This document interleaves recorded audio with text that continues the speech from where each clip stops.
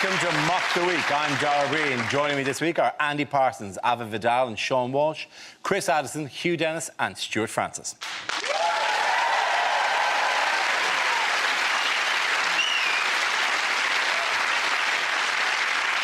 We start with a round called Headliners. Here's a picture of the Prime Minister and Deputy Prime Minister. What does GUPC stand for? Is it one of Cameron's favourite fantasies? Girls, uniforms, patience, Clegg. Is it in fact geneticists unveil pointless clone?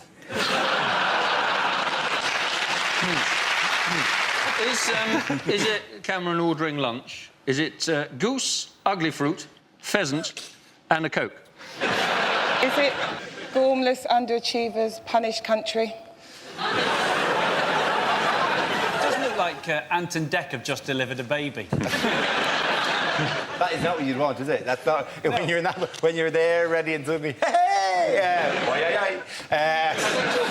Is it Gay Union Parade Cameron? Is it Cameron's thinking gloves unnecessary for prostate check? Is it in fact genuinely unfunny photo caption?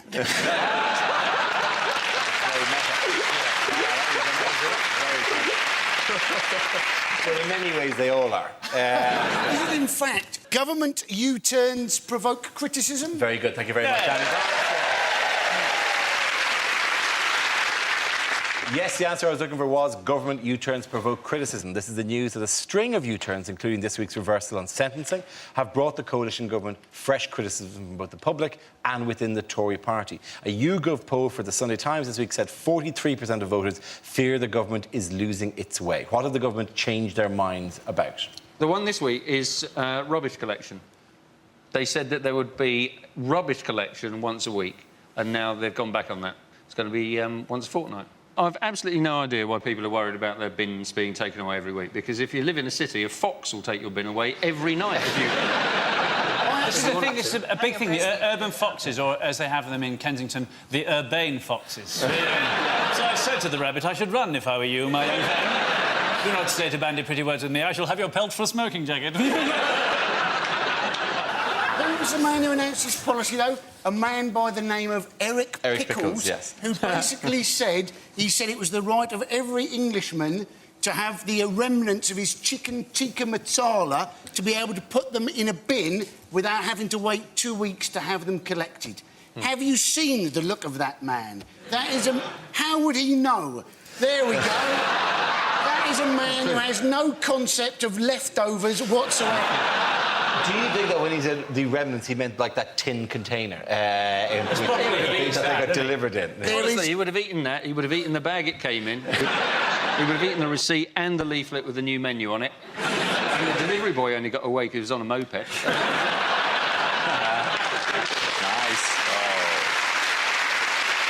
An Indian takeaway, you don't put in a bin anyway. Indian takeaway, you put in the bag that you got the Indian takeaway in, and then you put that next to the bin. You don't actually put it in the bin, so it doesn't matter. And what? Surely it gets in the bin eventually. Surely the bag that the takeaway arrived in that contains the ticket, where does that go? I really need to clean my house. Do the foxes actually ring your doorbell and go, can we just come in? Because you can smell under the door that this is going to be great. Can we just leave for an hour? They're thinking of kicking me out. It is also one of the big advantages of a wheelie bin that you can do a U-turn in it. And racing. Have you ever done that? You ever done racing wheelie bins? No, I haven't. Well, you put a child in each wheelie bin. They're quite deep wheelie bins. How old is it? Exactly, yeah. They don't need to be seeing anything. You can have the lids closed. Do you even have to move, or do you just close the lid and go, oh, here we go, oh... And when they're sick, it's quite useful they're in a bin, to be honest. By the way, this is all a very funny chat about wheelie bins, but we're not saying you should really put children into a wheelie bin.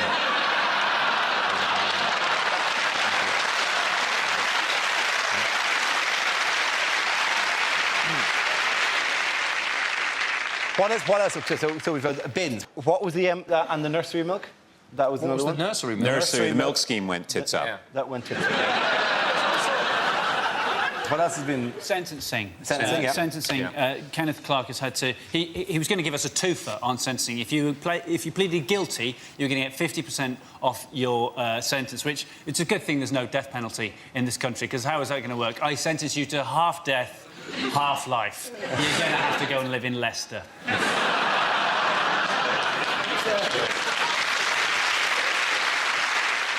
All these sort of Daily Mail readers and stuff who get very upset about the fact that they're not sentencing people to long enough in prison. I mean, I've never worked in a prison. No one considers. I used to work in a prison. I was a prison officer for 5 years, and it is very hard to keep those people entertained, you know. No, they get bored, they cause trouble, do you know what I mean? A lot of them get into religion, which is sweet.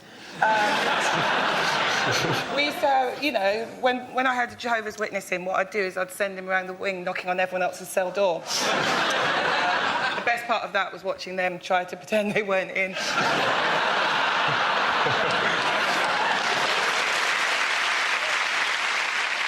I'm loving the notion of whoever the warden is going, how am I going to keep them entertained? So we've done I've done juggling, I've done puppet shows. They cause a lot of trouble. They get bored. That's why they're in there. What did David Cameron announce on Father's Day? He announced that he wanted people to stigmatise runaway fathers in the same way that we stigmatise drunk drivers. Yes. He said that the best gift his dad ever gave him was optimism. Well, I was a pretty disappointed Christmas. In the household. Was it not optimism? I said Optimus Prime.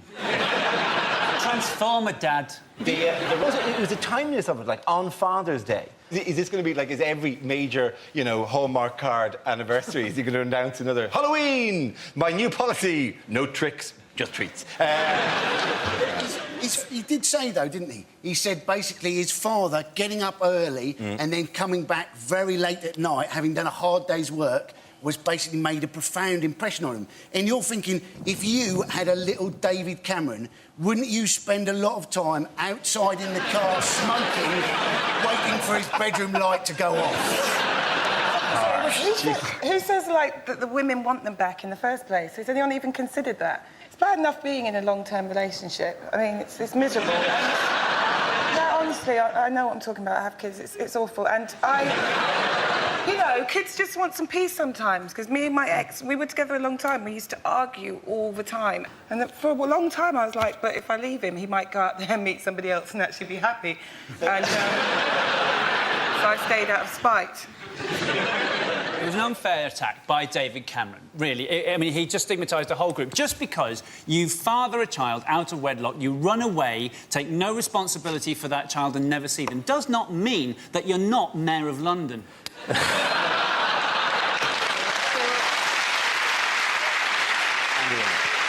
are also lots of points, aren't there, when children want their parents to be absent.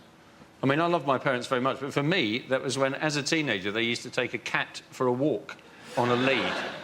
On holidays, we used to take a cat for a walk on a lead, and it wasn't just a lead, it was a 30-foot washing line. It went over Dartmoor, it went everywhere, this cat. And the embarrassing thing was, I got so embarrassed by it that I had to walk, you know, about 100 yards behind my parents. But that meant that you heard the comments of the people coming past them. And that is awful, awful for a teenage boy to be subjected to someone going, you see those people with the cat on the lead? I think they may just have been released back into the community. Didn't your parents have a wheelie bin? They had a wheelie bin. I spent the first 6 years of my life in it. Did you still have washing on the lead? No. 2 birds with 1 stone, that'd be fantastic. Yeah. In fact, put a bird on the lead and the cat could have chased it. And another news, who is the real power broker? Who's the kingmaker in parking in this country? Is it NCP? No, it's not NCP. Who's the one single individual who wields more power over parking in this country than anyone else? Boris Johnson. No. It is, according to Parking Review, it's Hugh Dennis. Yeah. That's right. This magazine, which was sent to me anonymously, Parking Review, features 10 separate photographs of Hugh Dennis on its pages at the moment. Yeah, I did the National Parking Awards. Who wins a National Parking Award? They did Best Multi-Story. That was in there. Have you not done the National Parking Awards? I've not done the National Parking Awards, and I didn't know that this was a bonus of it. I'm going to seek out the National Parking Awards. So, sorry, when you say parking, do you mean, like, in a car, reversing into a slot? Yeah, is that your talk? Right, OK. Yeah. They had awards, and Hugh handed them out. I handed them out, yeah. Well, I gave them all tickets, to be honest. I did. OK, again, up to the point to go to Chris Hugh and Stuart. Now we play a round called Pippa Middleton's Butt of Jokes. This game involves Sean, Stuart and Ava, so if you could make your way to the performance area, please.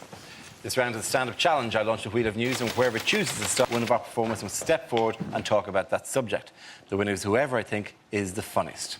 OK, here we go. The first subject is parenting. Who wants to come in on that? Ava. It's quite difficult being a parent. My daughter is she's 17 years old and she's evil, and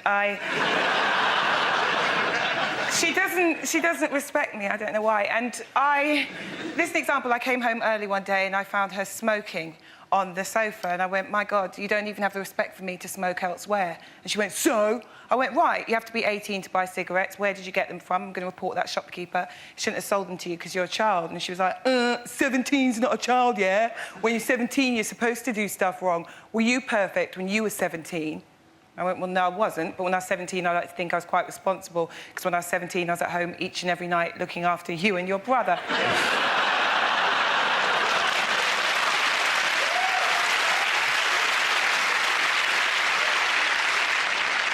And she's very, very moody as well. You know, like a lot of teenage girls, very worried about her body image. She came home one day, she was crying her eyes out, and I went, what's the matter? And she went, I hate my whole life. And I went, why? And she went, because I'm fat. And I went, well, here you are. So, could you at least have the common decency to be jolly?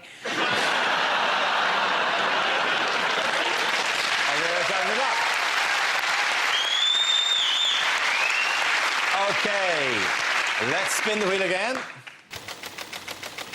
The subject is nightclubs. Who wants to come in on that? Sean.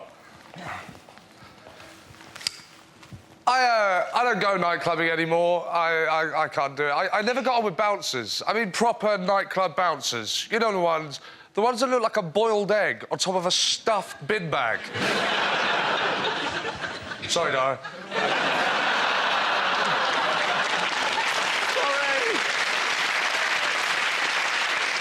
But that's the stupidest questions as well. Like, once I was at a nightclub, it was 1:30 in the morning, I had a traffic cone on my head. He said, excuse me, mate, can you step to the side? Have you been drinking? A little bit, of course I have, you idiot. It's a nightclub, it's 1:30 in the morning. What do you think these people are doing? Just walking past, going, oh, dubstep, let's go and have a look what's going on in here. No. He's not letting me in. I try to become the nicest bloke I can be. I go, can't come, mate, please. You have a lovely head. You have a lovely head. If I knew you were going to be here, I would have brought some bread. We could have had some soldiers. Come on, please. Honestly, I'm fine. Don't worry about that. It's just a hiccup with some pizza in it. It's fine. Don't worry. Honestly, it's come back. I understand you have a difficult job. I understand that. It's a difficult job. I take my hat off to you. Thank you very much, John Walsh.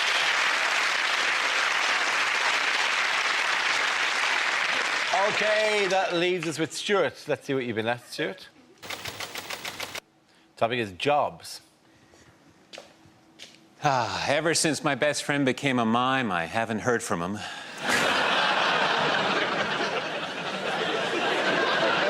Still has my leotard. At first, I didn't believe my father stole from his job as a lollipop man, but all the signs were there.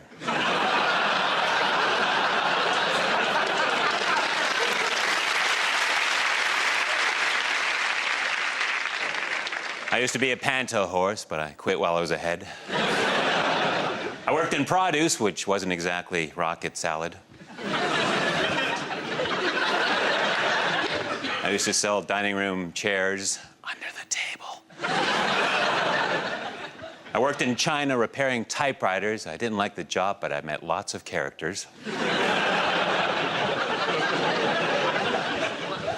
I worked in a sweatshop. It was so-so.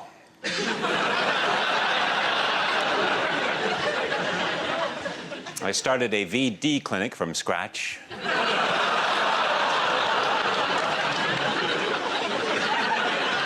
My topic is jobs. My work is over. Very good. Thank you very much. Points there goes to Anna and Sean. Now you can come back.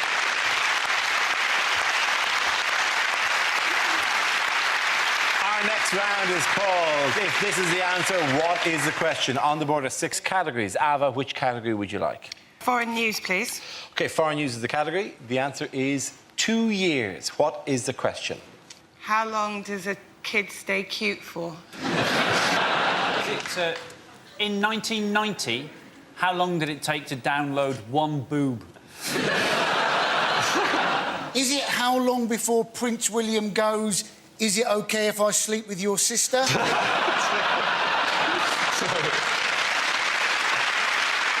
Is it when your Olympic ticket should arrive? Is it, in fact, if George Osborne was attacked by a crocodile, how long would I be laughing for before I called the emergency services? Is it... How does a Welshman say 2 ears? Is it how long you should wait after Eric Pickles has been in the toilet? I'd give it 2 years if I was you. I'd give it 2 years. Is it how long could a cannibal live off J-Lo's buttocks? Is it how long would David Blaine have to be dead in a box before anyone noticed? Can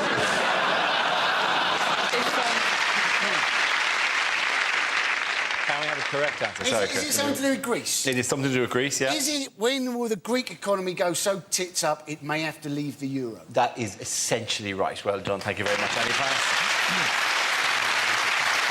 Yes, the question I was looking for is how long do experts predict it will take before the euro begins to break apart? According to some international financial experts, debt-ridden Greece might be forced to abandon the euro as early as 2013, possibly followed by other financially troubled nations, including Ireland and Portugal, with the crisis creating a domino effect and posing a threat to the global economy. Why is the euro under threat?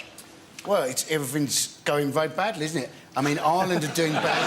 Yes, that is it. Yes, yeah. Super insight there, Andy. Yeah, well, You joined the Newsnight booking, they were calling. no, but Ireland are struggling, aren't they? They're struggling so much that we're having to bail them out. You know, apparently we're actually borrowing the money at 3% and we're getting your lot to pay it back at 5%. Yes. So although essentially we are helping you out, we're mucking you over at the same time.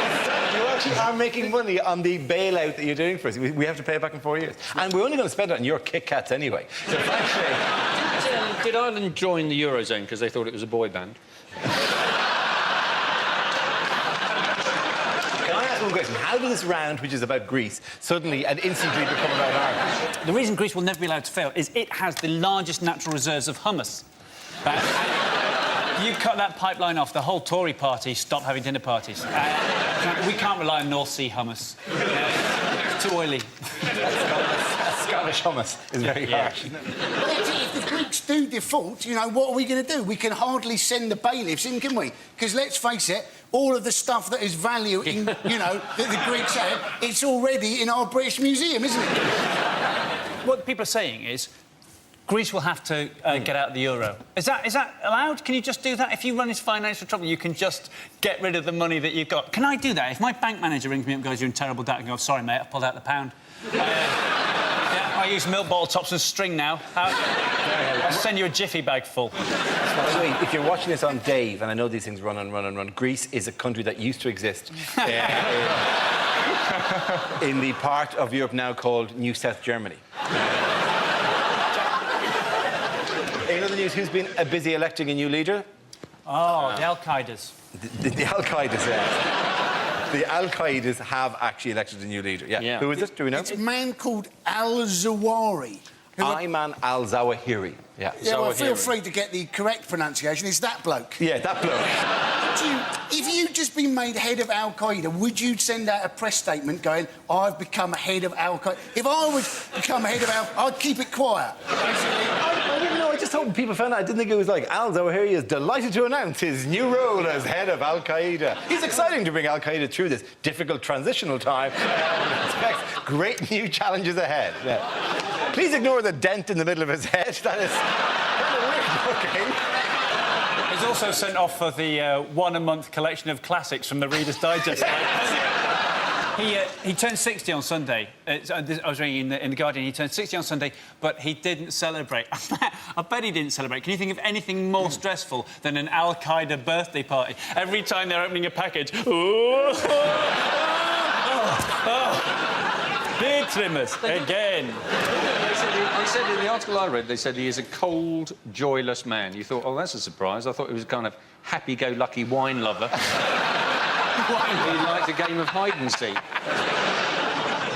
I'm just really bored with this whole Al-Qaeda thing. I think it's just very exaggerated and it just sort of motivates Islamophobia and it's pretty disgusting how it is today. And I was with my friend, actually, a Muslim woman, she wears the hijab. And this is just, she was telling me, she gets harassed in the street. Like, the way people treat Muslims is disgusting. We're standing at the taxi rank, minding our own business. This woman, we don't even know, just shouts across the road, "Oi, you!" And we're like, what? And she runs over and she points in my friend's face and she goes, you say sorry for 9/11 now. Say sorry for 9/11 now. And I was so shocked. I just looked at my friend and I was like, oh, my God, was that you?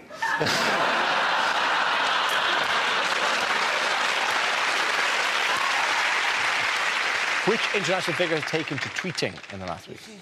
Barack Obama has Yeah. taken to tweeting. He apparently has the third most followers in the world Yes. after Lady Gaga and Justin Bieber, which is why the world must end. I mean, I know Justin Bieber isn't for me, right? But it does seem to me slightly wrong to have 8-year-olds lusting after some 16-year-old kid or whatever, isn't it? It does seem strange. He's there singing all about love, isn't he, to people who can't possibly know anything about love. It would be like having some 16-year-olds lusting after a 32-year-old as he sung about dentures, retirement and surgical stockings. That would be creepy. And by the way, Justin Bieber is 17 and a half. But on Twitter, we mentioned last week, I'm on Twitter, as I think a lot of people here, I mentioned last week about the exam invigilators game that they play, where invigilators would entertain themselves by standing, you know, they go, I'll stand next to the ugliest person in the room, and then walk down and just stand and go, like that. Apologies, I forgot when telling that story that we're right in the middle of state exams in both the UK and Ireland, and I've seen hundreds of tweets of people going, I was in the middle of my exam today, and the bloke just stood beside me. It's really upsetting. And then hundreds of other tweets from invigilators going, oh, no, we play Pac-Man. Where one of them is Pac-Man, and they go, pump, and the others chase them into a trap. At the end of the round, the points go to Sean, Ava and Andy. Now we come to scenes we'd like to see. So if everyone can make their way over to the performance area, please. I'll read out this week's topics and then we'll see what our panelists can come up with. OK, here we go. The first subject is unlikely lines from a superhero film. Worry not, Procrastination Man is here. Where is everybody? What's with all the blood?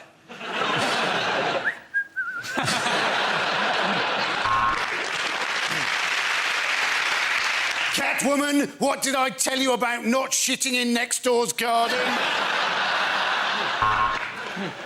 I am Big Society Man. I could do it for you, but I'd much rather you did it yourself. Prepare to meet a new breed of sex-change superhero in the X-Men.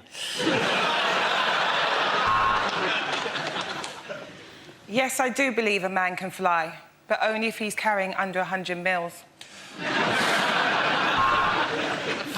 I am Parking Review Man. Where's my check?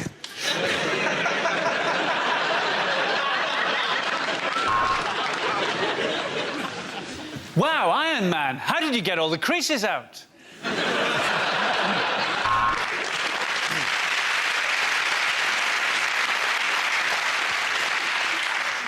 Just call the police.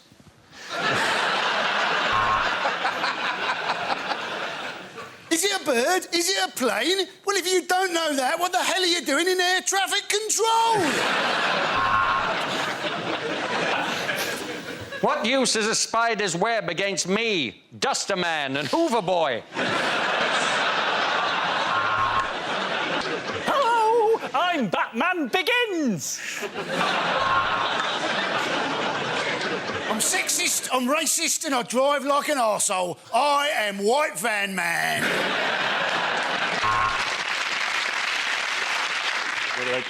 Should I do? Yeah. Yeah, you're doing it. This is part of it. Oh, shit.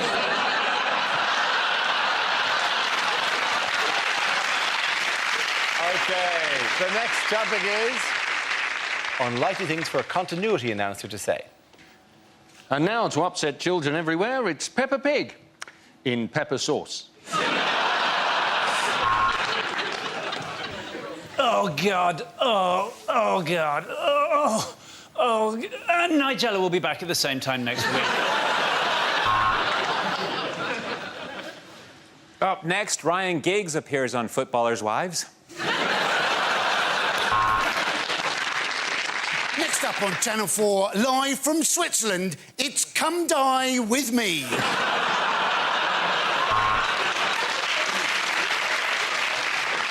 And now for a special episode of Planet Earth, where 6 chimpanzees will watch David Attenborough have sex.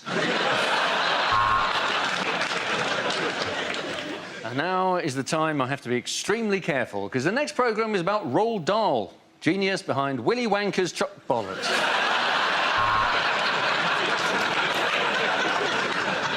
Next on the History Channel, World War II in colour. Look away if you don't want to know how it ends.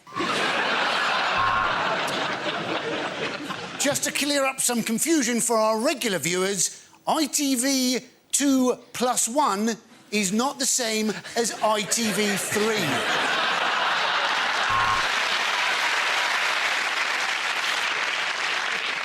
First, though, there's a serial killer on the loose in Balamory.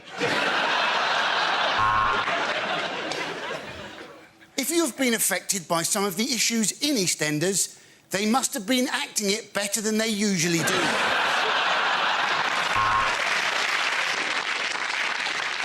And now, Gordon Ramsay's Kitchen Nightmares for the hard of hearing.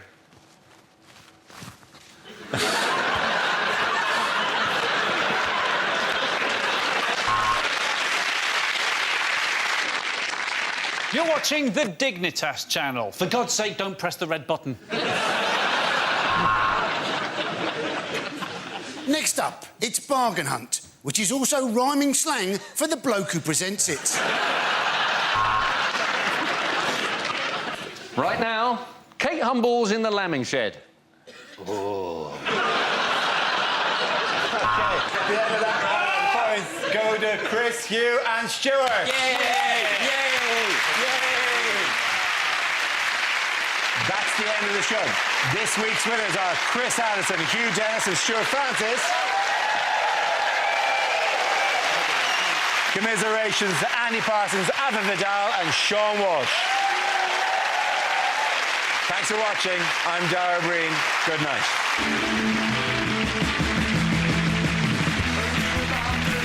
Well, this announcer's keeping it straight to tell you BBC Two's live at Glastonbury tomorrow night as U2 take centre stage from 9:45.